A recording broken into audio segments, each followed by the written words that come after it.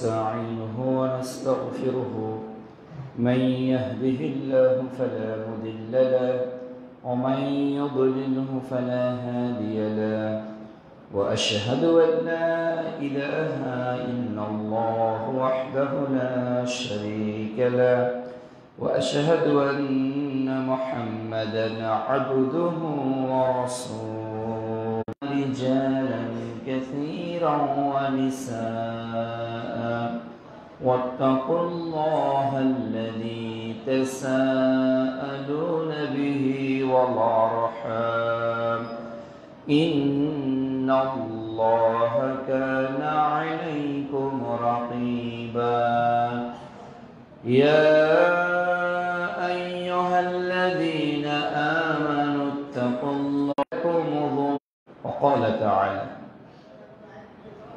أعوذ بالله من الشيطان الرجيم بسم الله الرحمن الرحيم لقد كان لكم في رسول الله أسوة حسنة إلى الآخر الآية যাবতীয় প্রশংসা আল্লাহ রাব্বুল আলামিনের জন্য, যার ঐকান্তিক মেহেরবানিতে রমাদানের শেষ জুমায় আমবাড়া আহলে হাদিস জামে মসজিদ পীরগাছা রংপুরে যে আল্লাহ তাআলা আমাদেরকে জুমার খুতবা ও সালাত আদায়ের উদ্দেশ্যে সমবেত হওয়ার সুযোগ দান করেছেন, আমরা কৃতজ্ঞতা আদায় করছি আলহামদুলিল্লাহ। দরুদ ও সালাম বিশ্ব মানবতার মুক্তির দূত, মহাবিপ্লবের মহানায়ক, যার আদর্শকে বাস্তবায়ন করার লক্ষ্যে আমাদের সার্বিক প্রয়াস, মুহাম্মদুর রাসূলুল্লাহ সাল্লাল্লাহু আলাইহি ওয়াসাল্লামের প্রতি যাবতীয় দরুদ ও সালাম। প্রিয় উপস্থিতি, আজ জুমার খুতবার আলোচ্য বিষয় মাহে রমাদানের শিক্ষা ও তার বাস্তবতা এবং ঈদুল ফিতরে করণীয় ও বর্জনীয়। উক্ত শিরোনামে পবিত্র কোরআন ও বিশ্বনবীর মুখ মিশ্রিত বাণী থেকে এক গুরুত্বপূর্ণ আলোচনা কোরআন ও সুন্নাহ থেকে উপস্থাপন করার চেষ্টা করব ইনশাআল্লাহুল আজিজ। রব্বি ইশরাহ লি সাদরি ওয়া ইয়াসসির লি আমরি ওয়াহলুল উকদাতাম মিন লিসানি ইয়াফকাহু কওলি। রমাজান মানে কোনো কিছুকে জ্বালিয়ে দেওয়ার নাম ছিল। মানুষ তার জীবনে যে অপরাধগুলো করেছে, এই অপরাধ মোচনের জন্য আল্লাহ রাব্বুল আলামিন 12 মাসে একটি শ্রেষ্ঠ মাস আমাদেরকে উপহার দিয়েছেন, যে মাসের নাম হলো রমাদান। মাস হিসাবে যেমন রমাজানের গুরুত্ব কোরআন সুন্নাহে বর্ণিত হয়েছে, রমাজান মাসে সিয়ামের গুরুত্ব আল্লাহ রাব্বুল আলামিন কোরআন সুন্নাহে বর্ণনা করেছেন।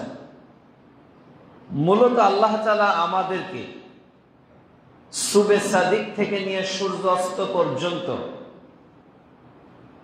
না খেয়ে রেখেছিলেন। আমাদের চোখ, আমাদের কর্ণ, আমাদের মুখ, আমাদের জৈবিক চাহিদা যাবতীয় কিছু থেকে আমরা নিজেকে বিরত রেখেছি, আটকিয়ে রেখেছি।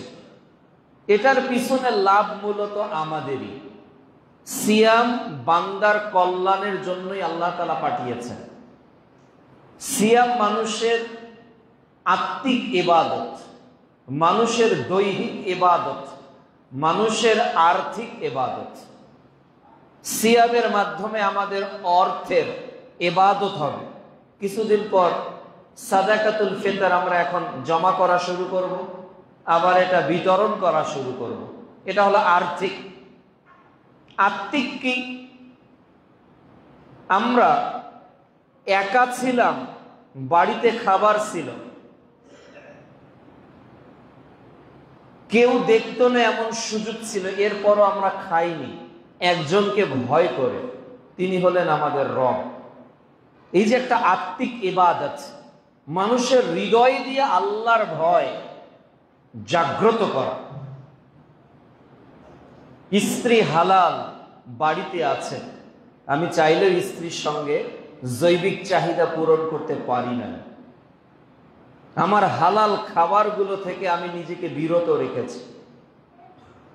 একজন রিক্সা চালক, একজন দিন মজুর, একজন ব্যক্তিকে বলা হচ্ছে যে তোমাকে আমি 5 লক্ষ টাকা দিব, তুমি কি এখন খাবে দিনের বেলা? ওই রিক্সা চালকটা বলছে 5 লক্ষ কেন, 5 কোটি টাকাও যদি তুমি আমাকে দাও, আমি দিনের বেলা সিয়ামরত অবস্থায় খেতে পারবো না। তাহলে একটা রিক্সা চালকের কাছে একটা সিয়াম 5 কোটি টাকার চেয়েও বেশি দামে। সিয়ামের মধ্যে আছে কি যা চলে যাচ্ছে? আমি শুধু রিমাইন্ড দিয়ে দিব। আল্লাহ বলছে ওয়াযাক্কির ফাইন্না যিকরা তানফাউল মুমিনিন, তুমি উপদেশ দাও, উপদেশ মুমিনের উপকারে লাগে। সূরা জারিয়া অধ্যায় 51 আয়াত 55 আল্লাহ বলছে উপদেশ দাও, স্মরণ করিয়ে দাও। সূরা আনফাল অধ্যায় 8 আয়াত 2 আল্লাহ বলছে স্মরণ করিয়ে দিলে মানুষের হৃদয় কম্পিত হয়, মানুষ ভয় পেয়ে যায়। এই স্মরণ আজকে আমি করিয়ে দিব। 27শে রমাদান আজকে, এই 27শে রমাদান একটু পর চলে যাবে। পিছনের দিকে একটু ফিরে দেখেন তো, পহেলা রমাদান থেকে আজকে পর্যন্ত আপনি কি করেছেন? এ মাসে আপনি কি দিয়েছেন আপনার প্রতিপালক রবকে? দৈহিক কতটুকু যুক্ত রেখেছিলেন নিজের দেহকে আল্লাহর ইবাদতের পথে? নিজেকে, ওই লোকটা ঘুমাচ্ছে কেন দেখেন তো, হাঁটুতে হাত দিয়ে খুতবা শোনা যাবে না। হাঁটুতে হাত দিয়ে যারা আছে, এই দেওয়ালে হেলান দিয়ে আছে ছেলে মানুষ, কি প্রয়োজন? সামনে আসো তুমি, একটু পর মনে করবে যে একটু হেলান দিই। এই যে রমাজান মাস বিদায় নিল আমাদের কাছে, চলে যাচ্ছে। স্বামী বিদেশে থেকে যখন 1 মাসের জন্য দেশে আসে, স্ত্রী প্রহর গুনতে থাকে, আর 30 দিন আমার স্বামী থাকবে, আর 28 দিন, আর 15 দিন, আর 10 দিন। সন্তান, বাবা মা, স্ত্রী সবাই দিন গুনতে থাকে, ইস স্বামী আর 2 দিন পর থাকবে না, চলে যাবে। মা ভাবে আদরের ছেলেটা একটু পর সৌদিতে চলে যাবে। মা ভারাক্রান্ত, স্ত্রী ভারাক্রান্ত, সন্তানরাও ব্যথিত, কেন? বাবা চলে যাচ্ছে, বাবা চলে যাচ্ছে, বিদেশ পাড়ি দিচ্ছে, ফিরবে কিনা জানি না।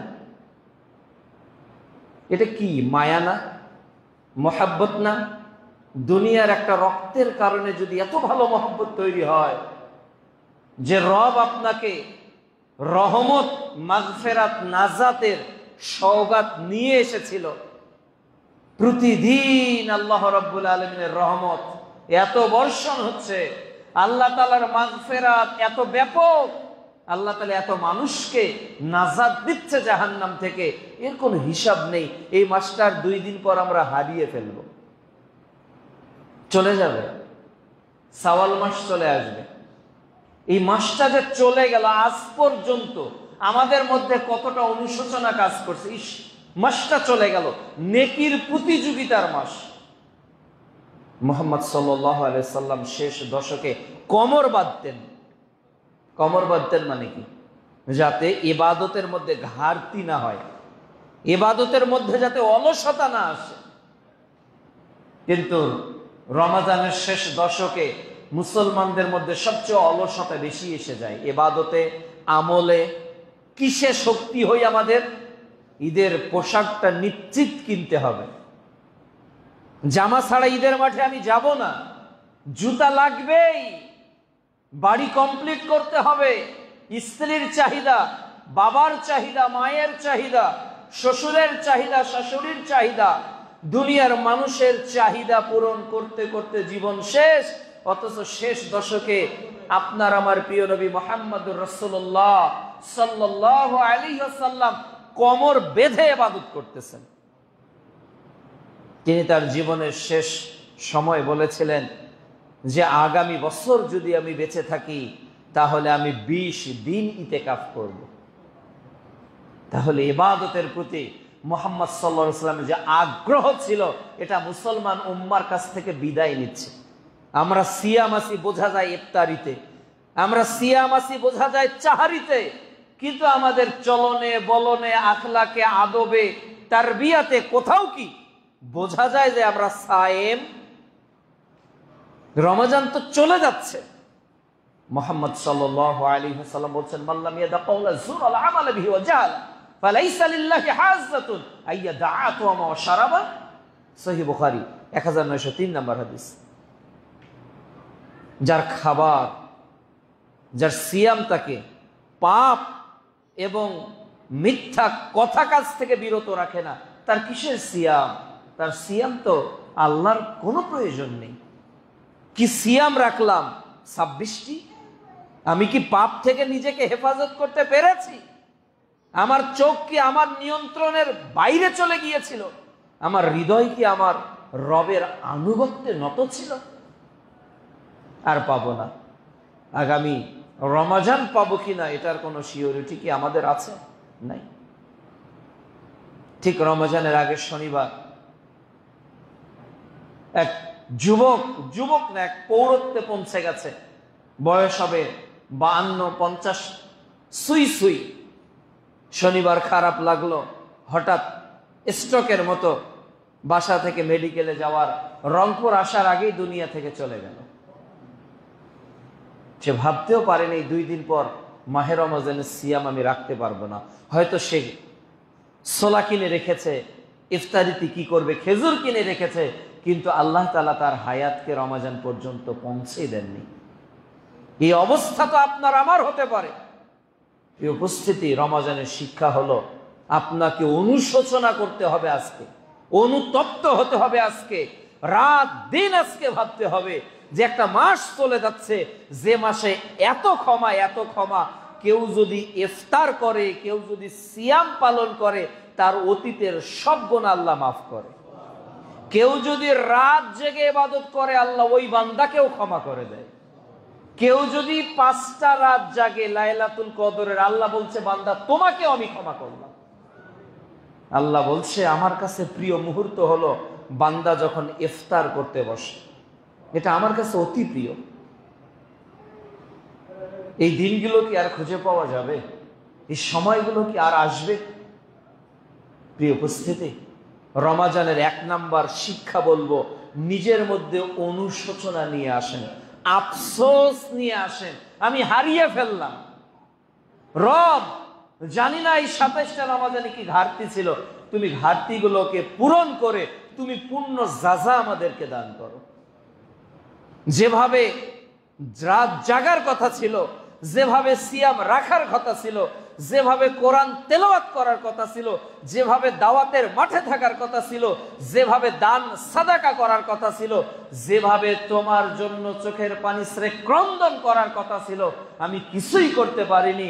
রব্বানা যালামনা আনফুসানা, আল্লাহ জুলুম করেছি, ওয়া ইন লাম তাগফির লানা ওয়া তারহামনা লানাকুনান্না মিনাল খাসিরিন। আল্লাহ তুমি যদি ক্ষমা না করো, তুমি যদি রহম না করো, তাহলে আমি ক্ষতিগ্রস্ত হয়ে যাব। আল্লাহ তুমি আমাকে মাফ করো। এটা হলো 1 নাম্বার। 2 নাম্বার, মাহে রমাদান এর সিয়ামের শিক্ষা বাকি 11 মাস নিজের জীবনে ধারণ করতে হবে। মুহাম্মদ সাল্লাল্লাহু আলাইহি ওয়াসাল্লাম মাসে 3টা সিয়াম দিতেন, আইয়ামে বীজের। বলেন তো কয় তারিখ? কত তারিখ আরবি মাসে? 13, 14, 15 এই 3 দিন সিয়াম রাখতেন আপনার আমার নবী। প্রতি মাস কি সফর, কি মুহররম, কি রবিউল আউয়াল, কি রবিউস সানি, কি জুমাদাল উলা, কি জুমাদাল আখির, কি রজব, কি শাবান, কি শাওয়াল। প্রতি মাসে মুহাম্মদ সাল্লাল্লাহু আলাইহি ওয়াসাল্লাম আরবি মাসের 13, 14, 15 এই 3 দিন সিয়াম রাখতেন। তাহলে এই সিয়ামের মাধ্যমে আমরা অভ্যস্ত হই যে বাকি মাসগুলোতেও যাতে আইয়ামে বীজের অন্তত মাসে 3টা সিয়াম আমরা রাখতে পারি। আল্লাহ যেন তৌফিক দান করেন, আল্লাহুম্মা আমিন। অতঃপর মুহাম্মদ সাল্লাল্লাহু আলাইহি ওয়াসাল্লাম সপ্তাহে 2 দিন সিয়াম পালন করতেন। একদিন হলো সোমবার আর একদিন হলো বৃহস্পতিবার। এই 2 দিন তিনি সিয়াম পালন করতেন। আমরা রমজানের সিয়াম থেকে শিক্ষা নিই, চেষ্টা করি, উদ্বুদ্ধ হই যে বাকি মাসের অন্যান্য সপ্তাহগুলোতে যাতে এই 2 দিন আমরা সিয়াম রাখার প্রতিযোগিতা করতে পারি। আল্লাহ যেন তৌফিক দান করেন, আল্লাহুম্মা আমিন। অতঃপর শাওয়াল মাসের সিয়াম 6টি। রাসূল সাল্লাল্লাহু আলাইহি ওয়াসাল্লাম বলছেন, যে ব্যক্তি রমজানের সিয়াম রাখলো অতঃপর শাওয়াল মাসের 6টি সিয়াম পালন করলো, সে যেন সারা বছর সিয়াম পালন করলো। সুবহানাল্লাহ। তাহলে আপনার আমার দায়িত্ব 1 নাম্বার কি? রমজানের পর শাওয়াল মাসে কয়টি সিয়াম দিব আমরা? 6টি সিয়াম যে কোনো মূল্যে দিবেন। দেরি হলে দেরি হয়ে যাবে, এই 2-4 দিন থেকেই সিয়াম পালন করা শুরু করে দিবেন। তাহলে রমজানের 2 নম্বর শিক্ষা হলো আমরা যাতে নফল ইবাদতে, নফল সিয়ামে উদ্বুদ্ধ হই। আবু হুরায়রা রাদিয়াল্লাহু তাআলা আনহু বলছেন, রাসূল সাল্লাল্লাহু আলাইহি ওয়াসাল্লাম বলেছেন, মা মিন আবদিন ইয়াসুমু ইয়াওমান ফিস সাবিলিল্লাহ, যে ব্যক্তি একটা নফল সিয়াম পালন করে,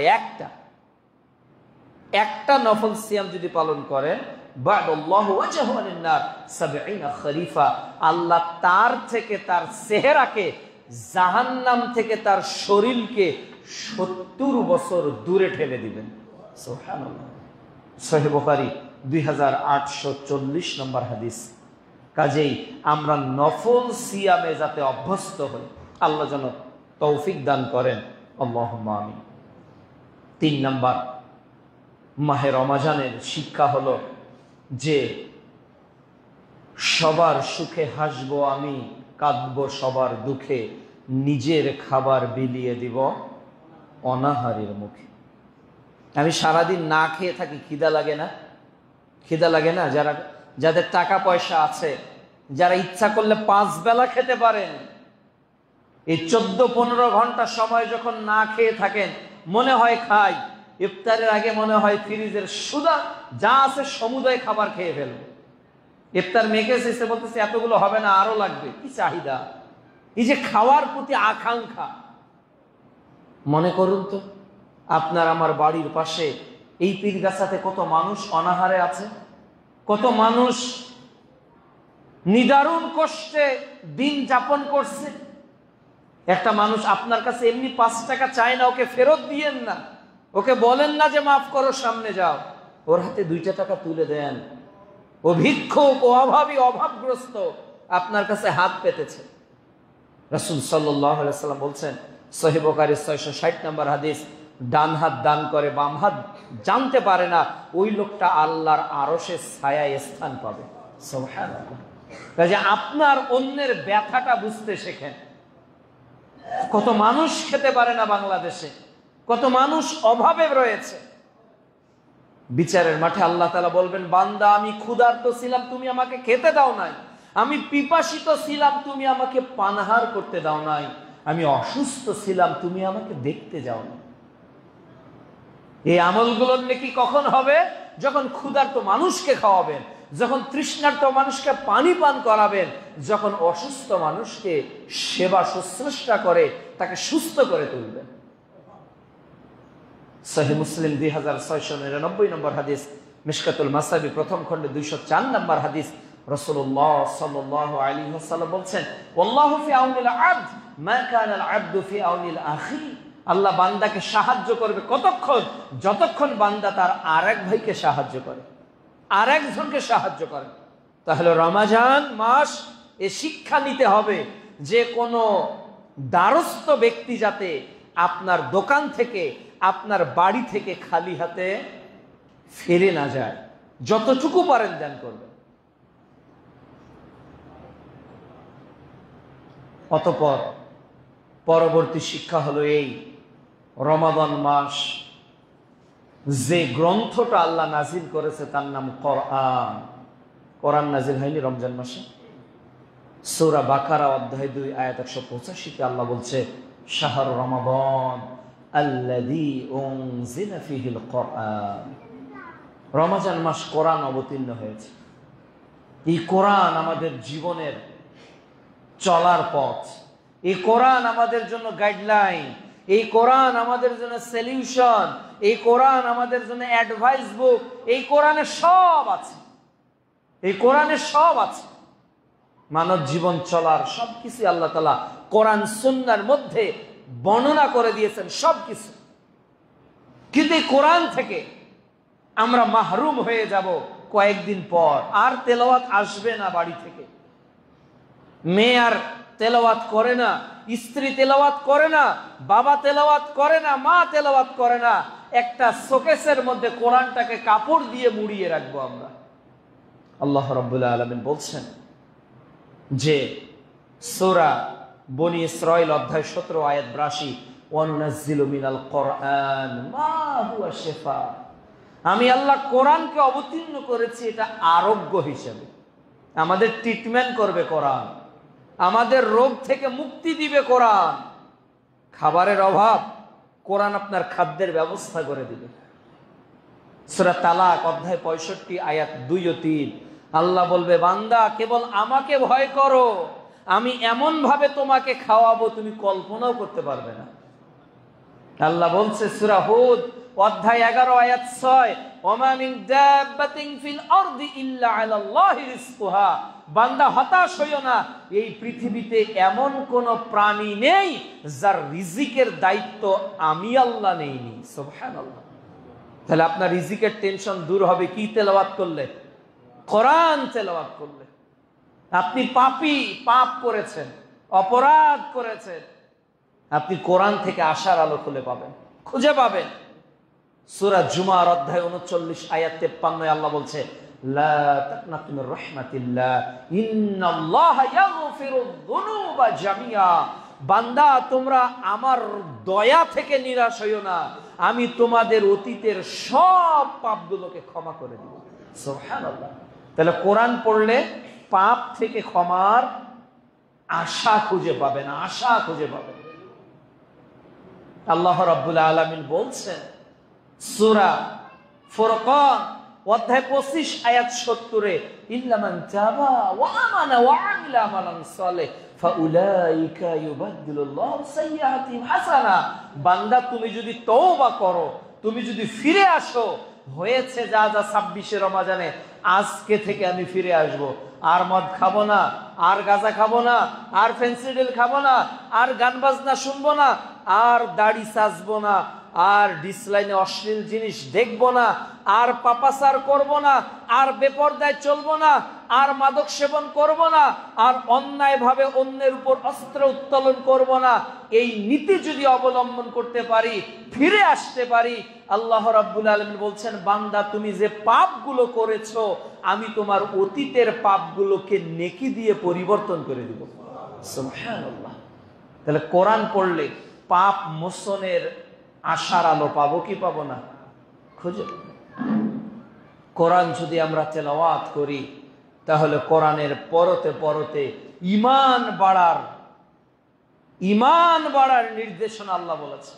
সূরা আনফাল অধ্যায় 8 আয়াত 2 আল্লাহ বলছে যে ওয়াইযা তুলিয়াত আলাইহিম আয়াতু যাদাতহুম ঈমানা।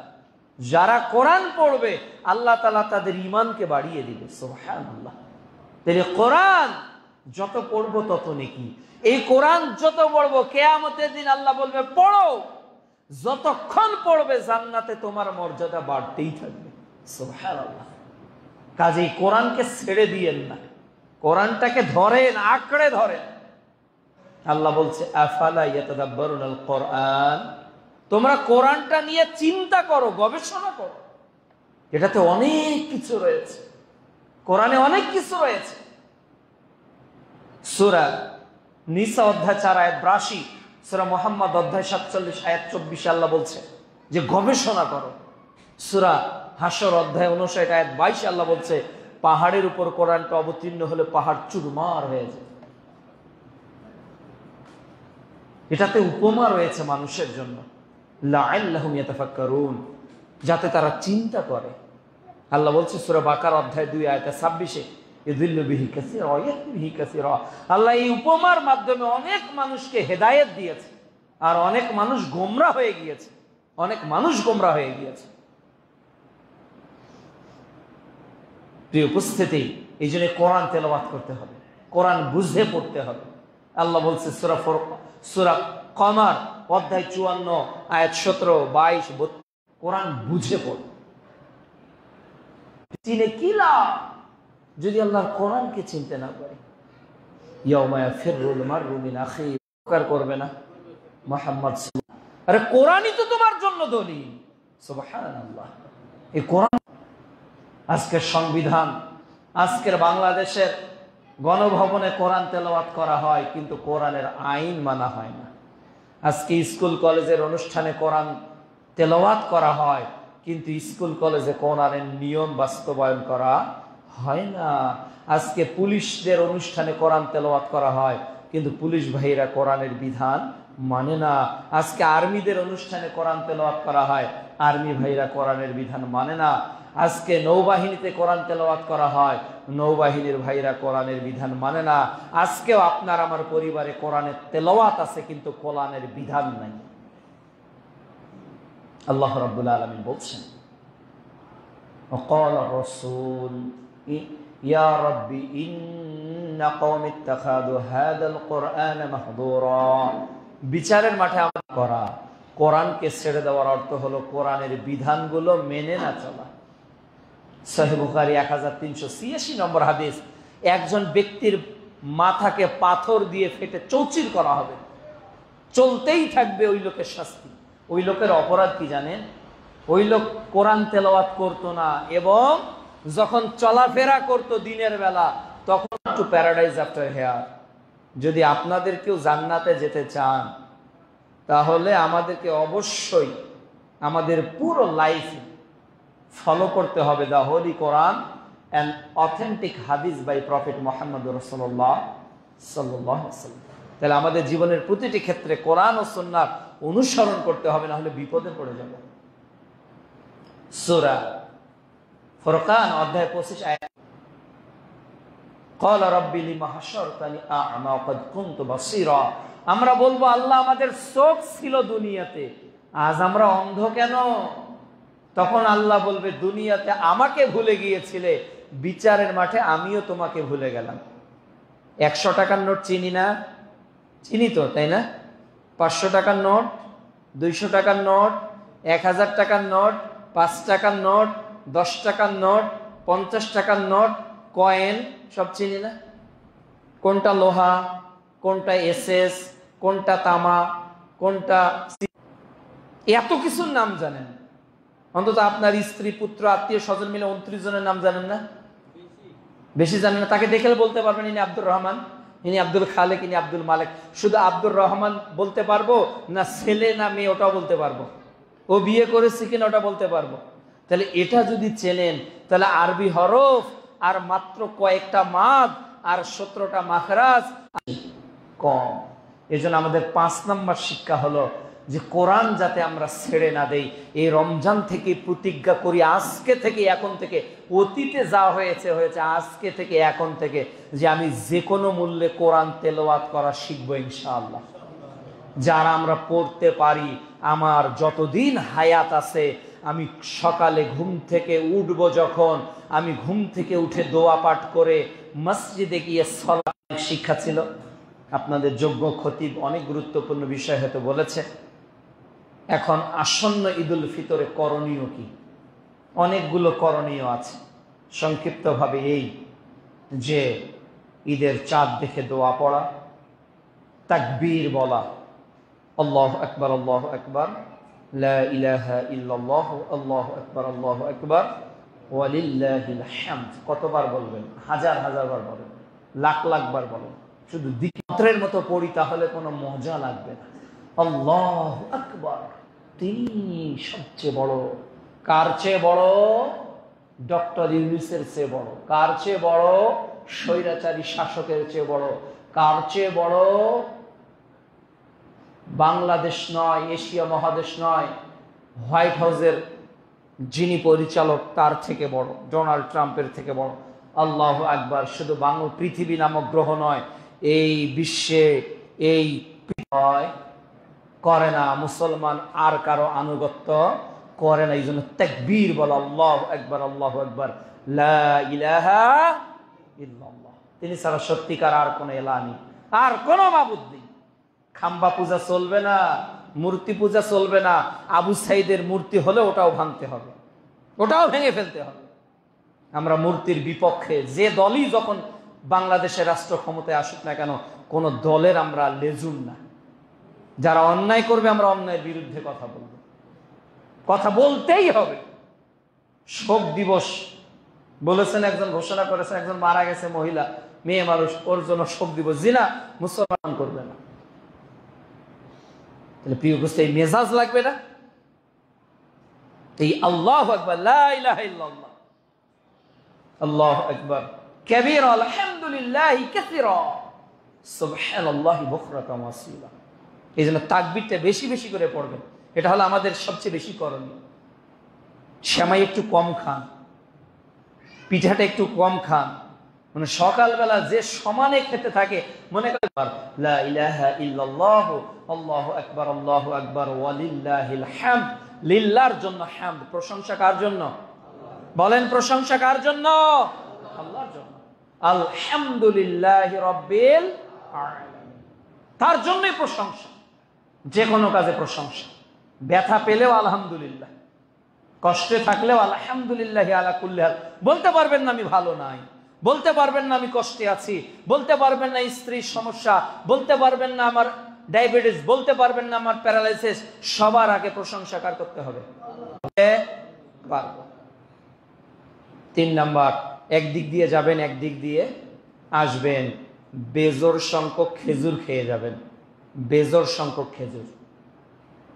এরপর পরিষ্কার জামা কাপড় পরে যাবেন, নতুন না, পরিষ্কার। ঈদের নতুন কাপড় কিনতে সবার মন খারাপ কেন? ঈদের নতুন পোশাক কিনতে হবে কেন? সবাইকে অনুরোধ করব, আপনার পাঞ্জাবির একটা অংশ আজকে আপনার কাছে আমি ভিক্ষা চাইব, যে আপনার পাঞ্জাবির সেটে 5 গজ কাপড় লাগে। 1 গজ যদি 200 টাকা করে হয়, 5 গজের দাম কত? 1000 টাকা। যারা সাহারি করে ইসরায়েলের বোমার হামলায় রক্তাক্ত শরীর নিয়ে, যারা ইফতার করতে বসে কখন বোমার নিক্ষেপ আসতেছে অপেক্ষা করে, এ মানুষগুলোর জন্য কি আমাদের কিছু করার নেই? এবারের জন্য কি আমরা পোশাকটা ছেড়ে দিতে পারি না? ওরা তো আমার না, ডাস্টবিনে পড়ে আছে 3 দিন থেকে পানি, ওখানে একটা ময়লা রুটি, ওটা খাচ্ছে ছোট্ট 2-3 বছরের একটা কিশোর। কি খাবে তারা? নিজে দামি পোশাকটা পরার আগে ফিলিস্তিন ভাইটার কথা একটু মনে করেন। আমি বেশি চাচ্ছি না, আপনার পরিবারের একটা সদস্যের টাকা আমাকে ভিক্ষা দিবেন, আপনারা একটু পর ইফতার করবেন, কত সুন্দর আয়োজন করতেছেন। তাদের জন্য কি আমাদের কিছুই করার নেই? আমরা কি আমাদের সামান্য অর্থগুলো যদি তাদের জন্য দিতে পারি, বাংলাদেশের টাকাটা চলে যাবে ফিলিস্তিনে ইনশাআল্লাহ। আমাদের একটা দান চলে গেছে, তাদের বাড়ি বাড়ি গিয়ে আমাদের। এজন্য আনন্দটা করার আগে, দামি ফোনটা কেনার আগে, দামি পোশাকটা কেনার আগে ফিলিস্তিনের ভাইকে ভাই বলা শেখেন, ফিলিস্তিনের নির্যাতিত মাকে নিজের মা ভাবা শেখেন। এতিম শিশুটার পাশে হাতটা বুলিয়ে দিতে পারবেন, আপনার টাকাটাই তারা যখন খাবে, আল্লাহর রহমত কি আপনার? প্রিয় উপস্থিতি, বর্জনের অনেক বিষয় আছে যেগুলো আসলে বলতে গেলে অনেক সময় লাগবে। বর্জনের অনেক বিষয় আছে। প্রথমত ডিসলাইনের এই অশ্লীলতাকে বর্জন করতে হবে। ডিসলাইনের যত অশ্লীলতা আছে এটাকে কি করতে হবে? বর্জন করতে হবে। এরপর ঈদ মার্কেট, পীরগাছাতে আসাই যাচ্ছে না, শহরে এত জ্যাম।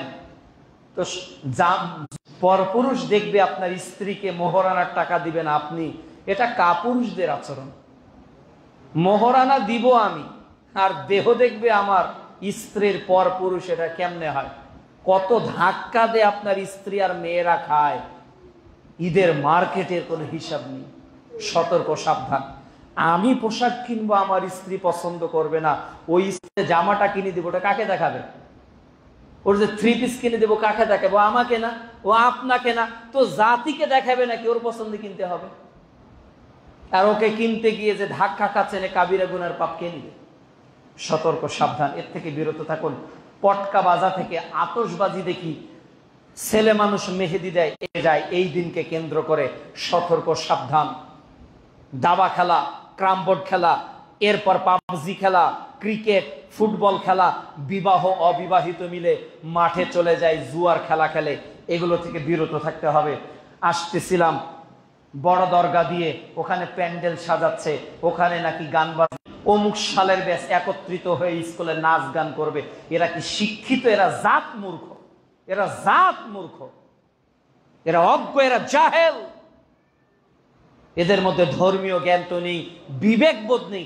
আর এই ঈদের দিন যেখানে মানুষের ঈমান বেড়ে যায়, যেখানে মানুষের অনুশোচনা জাগে, বাপ মারা গেল, তো এই হাদিসের ফজিলত বন্ধ হয়ে যাবে। আল্লাহ যেন বোঝার তৌফিক দান করেন। আল্লাহ যেন আমাদেরকে বিষয়গুলো অনুধাবন করার তৌফিক দান করেন। আল্লাহুম্মা আমিন।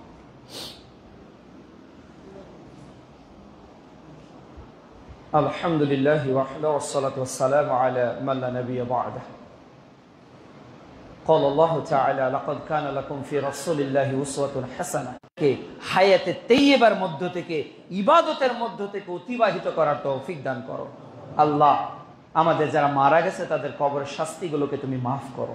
আল্লাহ, আমাদের মধ্যে যারা অসুস্থ তাদেরকে তুমি শেফায়ে কামেলা দান করো।